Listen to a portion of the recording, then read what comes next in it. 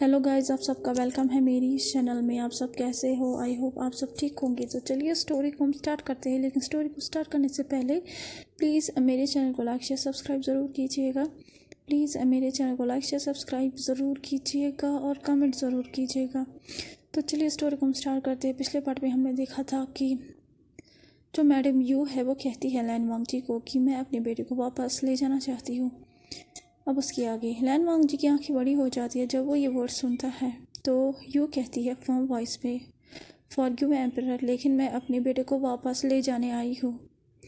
तो लैन वांगजी इमोशनलेसली उसकी तरफ देखता है और कहता है, क्या आपको अपनी बातों की सीरियसनेस समझ में आ रही है कि आप क्या कह रहे हो?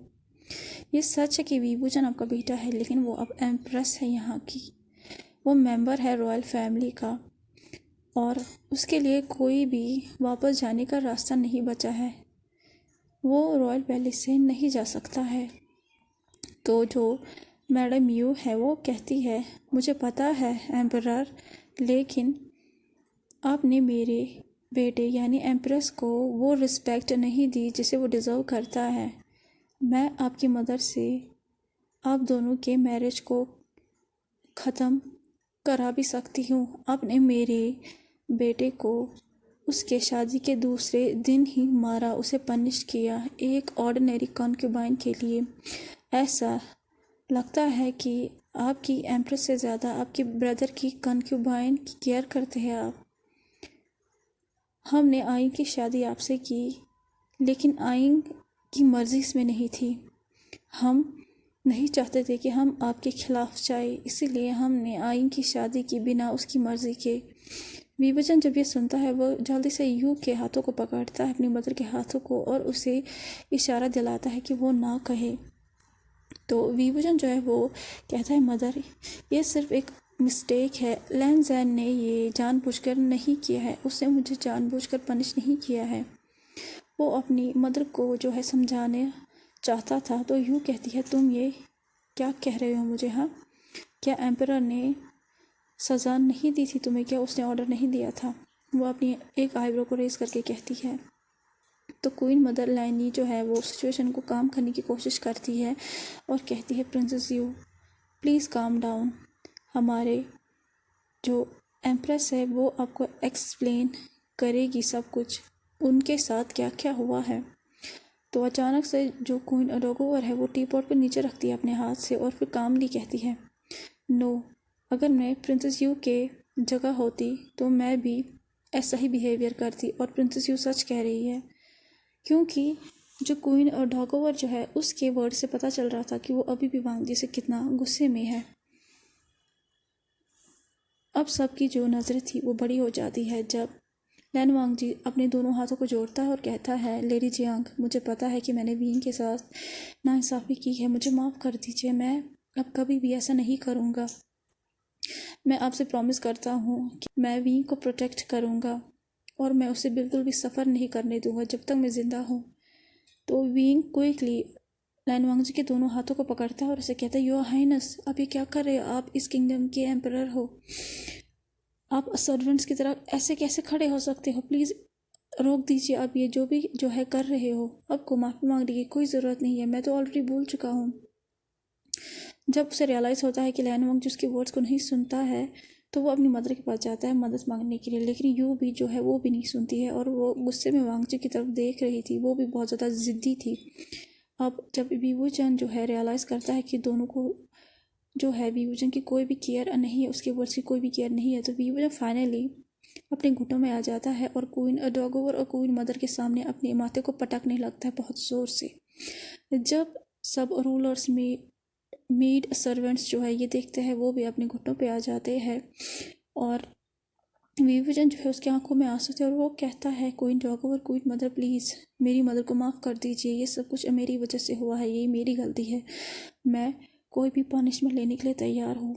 तो जो क्वीन अडोगोवर है, क्वीन मदर है और मैडम यू है, वांगजी है, वो चारों कहते हैं, बीइंग आइंग एम्प्रेस आशन। अब जो वीवूजन है वो फिर से अपने सर को एक बार फिर से पटकने वाला था, लेकिन उससे पहले ही लैन वांगजी उसके फॉरहेड के सामने यानी कि ग्राउंड पे ही अपने हाथ को रखता है, जिस वजह से वींग का फॉरहेड उसके हाथ पे आ जाता है और उसके बाद वो उसे अपनी तरफ मोड़ता है बीबूजान को, और उसके फॉरहेड पे जो रेड निशान हो चुके थे उसे देखने लगता है, उसे एग्जामिन करने लगता है। और लैन वांगजी बहुत ही ज़ोर से चिल्ला के कहता है सर्वेंट्स को जल्दी से रॉयल फिजिशियन को यहाँ बुलाओ। तो बीबूजान जो है वो कुछ कहने ही वाला था लैन वांगजी को, और वो उसे कहता है कोई ज़रूरत नहीं है वो, लेकिन लैन वांगजी उसकी तरफ ग्लेयर करता है, उसे कहता है शट अप, किसने तुम्हें परमिशन दिया कि तुम ऐसी चीज़ करो? तुम भूल गए हो कि तुम मेरे हो, मेरी परमिशन के बिना तुम अपने आप को हर्ट भी नहीं कर सकते हो। जब ये कह रहा था तो वो फूंक मारा था बीबूजान के फोरहेड पे जहाँ उसे चोट लगी थी। तो बीबूजान जो है वो कुछ भी नहीं कहता है। उसके बाद उसे कहता है लेकिन आप मेरी बात सुन ही नहीं रही थी, इसलिए मैंने ये जो है किया है। और बीबूजान जो है वो एम्परर की आंखों में देखता है और उसकी आंखों में जो थे आंसू थे। जब लैन वांगजी बीबूजान की आंखों में आंसू देखता है तो वो जल्दी से उसे टाइटली हग करता है। जब एम्परर और एम्प्रेस का behave queen dowager queen mother यू देखती है तो उनके चिक्स रेड हो जाते हैं, और क्वीन डॉगोवर जो है अपने गले को साफ करती है और कहती है एम्परर, अगर आपको अपनी एम्प्रेस की इतनी ही केयर है तो आप इस चैम्बर से जा सकते हो। उसके बाद जो एम्प्रेस है वो पहले खड़े हो जाता है, मतलब बीबूजान खड़ा हो जाता है, उसके बाद वांगजी भी खड़ा हो जाता है और दोनों जो है उनके चेहरे पे स्माइल थी। तो लैन वांगजी कहता है आप सच कह रहे हो ग्रैंड मदर, लेकिन अभी तक रात नहीं हुई है। जब लैन वांगजी की ये बातें सब सुनते हैं तो बीबूजान जो है मारता है अपनी कोहनी से लैन वांगजी को, और जो बीबूजान थे उसके जो चिक्स थे वो रेड हो चुके थे। एम्बेरसमेंट में जो रूलर्स और मेड्स थे वो भी नीचे देख रहे थे जब वो लोग एम्परर के वर्ड को सुनते हैं, और शुयांग और वैनिंग जो है वो एक दूसरे की तरफ देख रहे थे और हंस रहे थे। लैनी जो है वो जब अपने बेटे के वर्ड्स को सुनती है वो एम्बेरसमेंट को शो नहीं करती है, और वो कहती है वांगजी क्या तुम अपनी ग्रैंड माँ के सामने ये क्या कह रहे हो?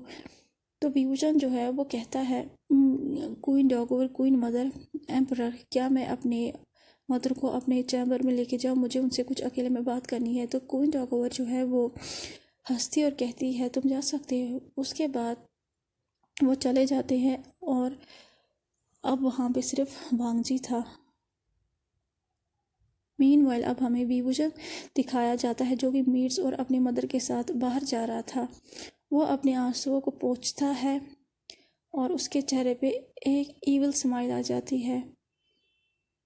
तो जो मैडम यू है जब अपने बेटे के चेहरे पे स्माइल देखती है तो वो भी हंसती है और कहती है तुमने वैसा ही किया जैसे मैंने तुमसे कहा था आइंक।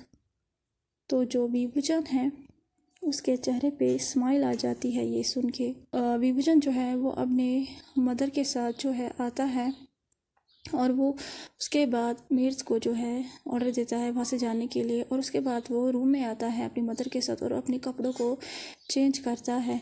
उसके बाद जो जिंचू और यिंचू जो थे और बाकी सारे मेड्स जो थे वो चैम्बर चले जाते हैं। अब वहाँ पे सिर्फ दो ही थे बेडरूम में, एक तो एम्प्रेस से उसकी मदर थी। तो यू कहती है लास्ट टाइम मैं यहाँ आई थी, ये तुम्हारी सिस्टर का ऑफिशियल रूम था। जब वो ये कह रही थी तो उसकी आंखों में दर्द था। जब बीबूजान ये सुनता है तो उसका जो चेहरा था वो डार्क हो जाता है। यानली जो थी वो एल्डर्स और डॉटर थी जैंग फैंगमियन की, और वो बड़ी बेटी थी जैंग फैंगमियन की, और उसके दो छोटे भाई थे, और वही थी जो कि हमेशा बीबूजान और जैंग चैंग का जो ख्याल रखते थी यू से भी ज़्यादा।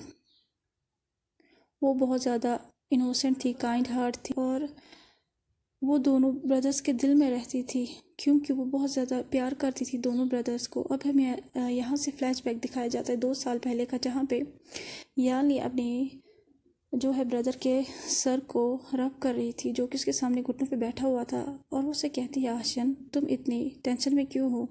तो बीबूजान अपने सर को हिलाता और कहता है नथिंग।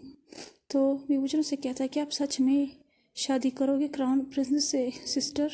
तो याली कहती है, उसकी आंखों में दर्द था और कहती है ये रॉयल ऑर्डर है, अगर मुझे पसंद भी नहीं है तो मुझे करनी ही होगी, मैं एम्परर के ऑर्डर के खिलाफ नहीं जा सकती हूँ।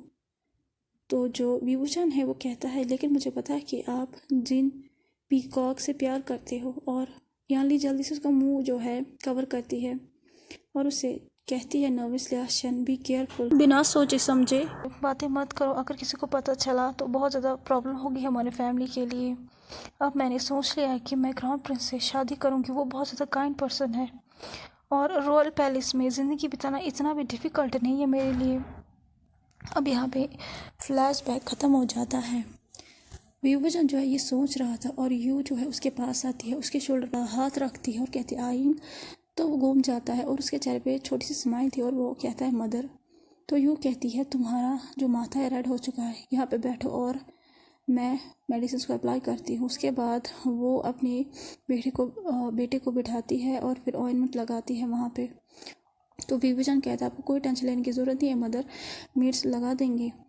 तो यू कहती है उसे जो है फॉरहेड पे रब करते हुए, आइन भूलना मत मैंने तुमसे क्या कहा जब तुम यहाँ आने वाले थे शादी के दिन, ये रॉयल पैलेस बहुत ज़्यादा डेंजरस पैलेस है, तुम कभी भी मत भूलना तुम्हारे सिस्टर के साथ क्या हुआ है यहाँ पे, इसलिए रॉयल पैलेस के किसी भी पर्सन पे बिलीव मत करना।